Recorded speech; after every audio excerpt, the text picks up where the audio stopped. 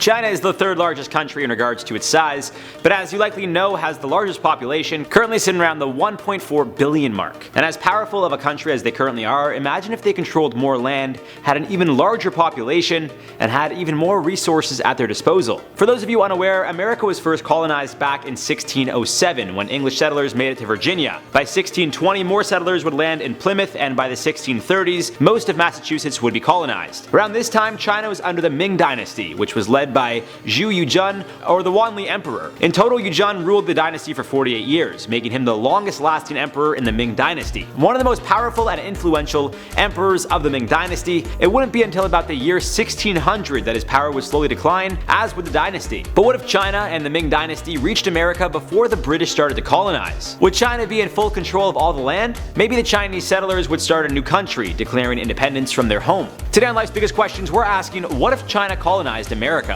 How's it going, guys? Welcome back to LBQ. I'm your host today, Jared Bronstein, and if you guys have any suggestions for questions, let us know in the comment section down below. We're open to it all, so don't be shy. Stick around to the very end of this one for some common replies from another video, but for now, let's jump right into it. Of course, the answers to this question would change drastically depending when China were to discover and eventually colonize America. For example, if they did so during the 1400s, say 200 years prior to the British reaching the land, things would be drastically different than if we looked at how things would play out, assuming they both reached the land within a few years of each other. For the sake of this video, we'll be looking at the latter, assuming that China stumbles upon America and has Chinese settlers slowly making a new home for themselves, around the same time the British did. However, as previously mentioned, around this time, about the year 1607, the emperor of the Ming Dynasty was seeing his power decline. From the year 1600 until his death in 1620, the Wanli Emperor did a total 180, going from a fierce leader who helped grow the empire's economy and win many wars to a recluse. In a sense, he went on strike, no longer showing up to important morning meetings, stopped seeing his ministers, and gave most of his commands in a written form, distancing himself from the people. The reason for the change has been disputed, but it seems the most prevalent one is that he felt the son of his wife should be heir to the throne. Normally this is how things would go, but it seems the Wanli Emperor impregnated another woman prior to marrying his wife, a maid who gave birth to a boy. This is where things get a little tricky, as it seems the Wanli Emperor was set on his wife's son, which was technically his second boy, taking over following his death. But as it goes in hierarchy, the firstborn son is always given the right to the throne, and aside from the emperor's officials arguing for this, his own mother was also for the idea of his firstborn son, the offspring of the emperor and the maid, to take over following his death. Now it's important to keep that in mind because around this time, about the year 1600 or so, China would likely start making moves to check out America. Hypothetically, of course, as we know they didn't, but for the sake of this video, keep in mind that while the Wanli Emperor was learning of the new world known as America, he would also spend the next 15 years of his life trying to argue a case for his second-born son to take over. It would be a lot of stress for the guy is what I'm implying. And this would also be on top of leading 100,000 plus people, or maybe ruling. Either way, assuming that the Chinese decided to head over to America, much like the British, it's inevitable that they would have run into First Nations tribes. But here's where things get insanely tricky. The British went west from Europe to the coast of Virginia and Massachusetts, which would be the east coast of present-day USA. China would have likely gone the other way, traveling through the Pacific Ocean instead of the Atlantic like the British. This would mean that the Chinese settlers would end up first approaching the coast of what's currently known as California, and assuming they did so around the year 1600 or even 1605,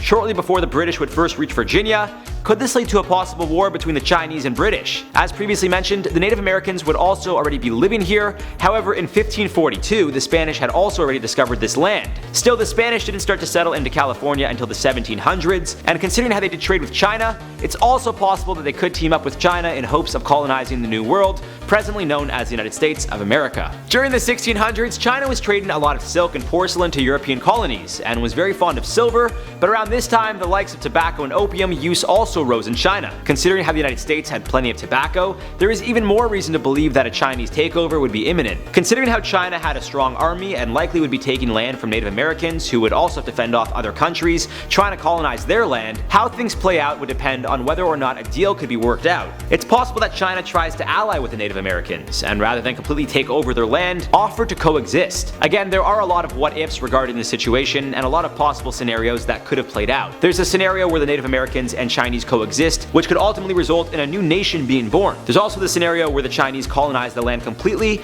and it's possible this leads to a war with the British or possibly the European settlers who would eventually call America their new home. And there's also the scenario where, much like the European settlers who would colonize America, the Chinese do the same and break off from the empire, resulting in them creating their own nation. Of course, if any of these scenarios were to happen, history as we know it would be drastically different. For starters, it's likely that if there still was a United States of America, it wouldn't be nearly as large as it currently is. For example, during the American Revolutionary War against the British, when they controlled 13 colonies, most of the East Coast was settled in by European or New Americans, if you will. The majority of America was still home to Native Americans, meaning that, technically speaking, depending on how the Chinese settlers and Native Americans coexisted, if at all, it's possible the Native Americans would be dealing with fending off two completely different groups on opposite sides of what's presently the United States of America. Assuming that at some point the Native Americans would realize they have a better chance of winning if they ally with at least one of these groups, for the sake of this video, let's say they team up with China. Now, the new American or former European settlers attained all 13 colonies between 1607 and 1733. However, if the Chinese Empire were able to work out a deal with the Native Americans, possibly trading tobacco for silk, who knows if the settlers would have been able to take over as much land as they did. This would mean there wouldn't even be a war between the new settlers and Britain. Instead, it's quite possible that the Wanli Emperor, realizing his second-born son wouldn't be heir to his throne,